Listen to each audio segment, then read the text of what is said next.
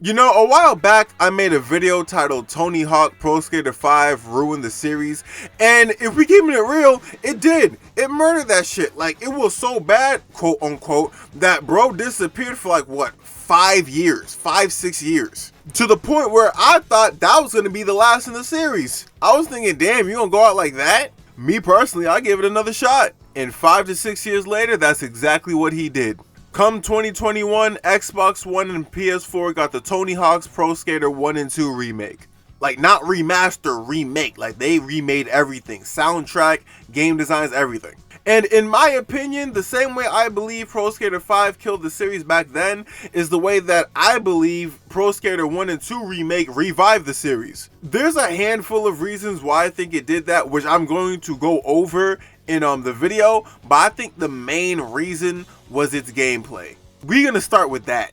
See, my main criticism of Pro Skater 5 was the fact that the graphics was cool or whatever, but there was no enthusiasm, there was no heart. Like, yeah, the designs was cool and the maps were okay, but the actual combos and movesets themselves were lackluster. It's like they toned it down and tried to turn Pro Skater 5 into like a Tony Hawk version of Skate, which doesn't fucking work in my opinion. Which brings us to Pro Skater 1 and 2, where they took the combos and the gameplay and they brought it back to kind of like their roots. They put enthusiasm into it and they made it a lot more appealing to look at. As weird as this next statement is, it's accurate.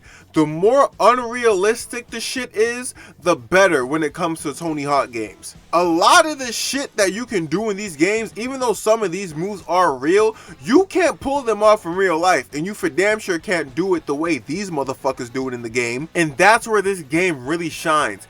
They took the creativity that they introduced with Pro Skater and expanded with the Underground series and American Wasteland, and they brought it back for Pro Skater 1 and 2. Everything I thought Pro Skater 5 would turn out for next gen consoles is what this game turned out to be. And those are just the combos I'm talking about. Like, gameplay itself, the skating itself, everything feels fluid. I haven't really had any glitches yet, surprisingly. That's normally an issue I have with a lot of games that come out nowadays. The map designs look great, even though some of them are revamped from the original. The revamping looks great. They remodeled the map designs perfectly, in my opinion. The objective system is a lot better in this one than it was in 5. Because remember, an issue I had with 5 is after you do an objective, for me, the loading screen would just stay like that for like 15 to 20 minutes. Like, you would have to restart the game in order for you to do the next one, and sometimes it wouldn't even save. I don't have these problems whatsoever in this one. Also, the objectives in 5 were kind of dull. There's nothing dull about this game. So just like the original ones in the series, you kind of have a time limit in order for you to complete a list of objectives. If you don't complete them all, it's fine. You can just restart it and continue on with the ones you have left. It's basically exactly the same. I think my only criticism is probably like the time limit, because it's 2 minutes and you can't really change that. I mean, yeah, they have a free skate option, so you can just like freely skate around and explore these maps, which is fun.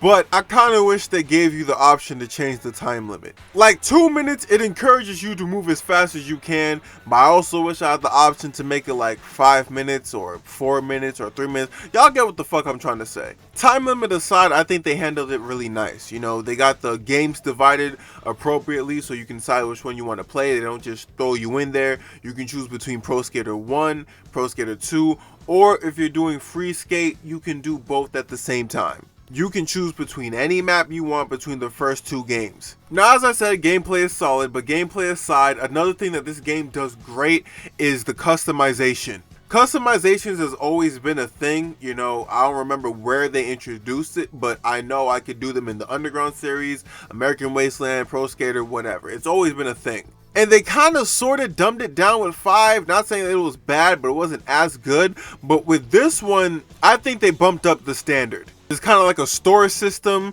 that you can use in-game currency in order to unlock new clothes, you know, new tattoos, new gear for your skater. You can unlock everything. And they really put their all into this. I can tell that they put just as much enthusiasm in the customization as they did the actual gameplay. Because the amount of different character designs I've seen other people on YouTube make for their own characters is insane. Now, my personal character design is a little simple. You know, you got Forces with the white jeans and a black tee. You know, something simple. Depends on how I'm feeling. Sometimes I do it a little different. I might change the top a little bit.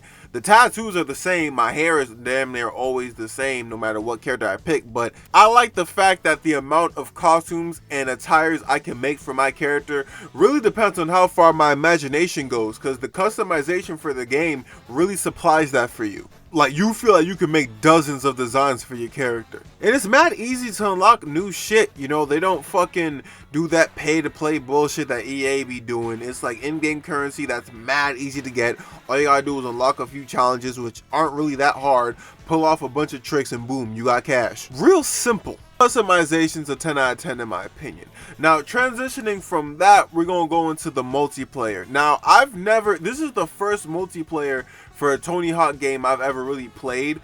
For the PS2, when I would play Underground and American Wasteland, the servers were gone when I rebought them, and at the time that I had them, I didn't have online for the PS2. So I was always kind of doing my own thing. So with this one as my introduction into the online service for the Tony Hawk games, the online service for me are pretty good. I just don't have anything to compare it to because I didn't play the other onlines. But as an online option, I think it's pretty good. I don't think I enjoyed it more than I did playing the objectives in like Pro Skater 1 and 2, you know, like the story modes, quote unquote, but I still enjoyed it. You know, they have different game modes you can play, like who can get the highest score, or my personal favorite, graffiti. You know, you get the highest score on a certain mark, like, you know, a rail or a ramp, and you get that shit tagged in your own color, and the other opponents, they have to try and tag it themselves with their own brand by getting a point higher than you. I think that's cool. I wish they had a little more variety when it came to the online feature, but I think it did what it was supposed to do. Keep you posted up and entertained for the time being. Plus, it's kind of cool to see how other people design their own characters. I get so used to seeing my shit all the time, it's kind of cool seeing other people's. Now, I don't know if it was like this in Underground or American Wasteland or Project 8 or whatever, because like I said, I didn't have those onlines. So if it was, y'all can tell me in the comment section. But for the people who did play the online games for the other Tony Hawk games, y'all can tell me if y'all believe this one is better or a disappointment. Now, the next part I got for this is actually kind of small, but it's really important. It's the soundtrack. I fucking love the soundtrack for this game. Rather than taking the soundtrack from the first two and just adding them on to the new one, they took music from the new generation and they just put it onto this one. Now, your typical soundtrack for any Tony Hawk game is always like punk rock mixed with hip hop. It's always those main two, it's nothing else. And I like that they kept that element, but rather than taking songs or the whole soundtrack from the first two Tony Hawk games, the first two Pro Skaters, they just made a whole new soundtrack of music from our time and they put it into this game. For example, they got songs like Bloody Mary by MGK or In Control by Baker Boy. Or they also do kind of go a little old school with it, you know, the little old school hip hop shit. They got Naughty by Nature, Tribe Called Quest. For people who aren't hip hop fans, yes, you have to say the whole thing, A Tribe Called Quest. They got bands like Zebrahead and Junk Bunny if you're a rock fan or a punk rock fan. Not too familiar with too much rock music, but if that's your thing, you know what I mean, they got that in here for you too. They always got that shit in there. It's a Tony Hawk game. And the majority of the songs you hear, they all fucking hit. Whether it's hip hop, rock, whatever, or a pop song, they all fucking hit. In a way, the soundtrack adds to the feeling. Like, I feel like anybody who plays this game has that one song that they kind of like leave on repeat while they're skating around each map. For me, I have two. There's Pin the Tail by Naughty by Nature and Bloody Mary by MGK. Just like other elements of the game, I think the soundtrack is solid. Not only was this game a step up from Pro Skater 5, but it was a step up from the series as a whole. Pro Skater 1 and 2 Remake did a lot for the Tony Hawk series that Pro Skater 5 tried to do but failed. And it was really fun to play these games on the next gen console.